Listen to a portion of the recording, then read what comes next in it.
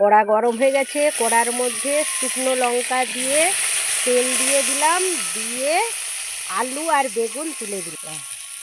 আলু বেগুনটা দিয়ে দিয়েছি, এর মধ্যে কটা চিংড়ি মাছ দিয়ে দিলাম, দিয়ে পরিমাণ মতো হলুদ আর নুন দিয়ে ভেজে নিচ্ছি এটাকে।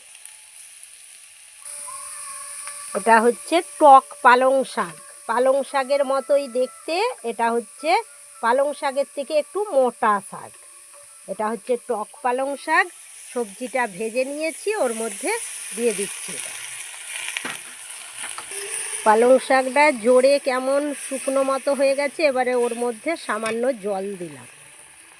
শাকের রেসিপিটা হয়ে গেছে, এবার নামিয়ে নিচ্ছি। টক পালং শাকের রেসিপি কত সুন্দর হয়েছে দেখতেই পাচ্ছ। বাচ্চা থেকে বুড়ো সবাই খেতে পারবে, আলু বেগুন চিংড়ি মাছ দিয়ে। আজকের মতো টাটা।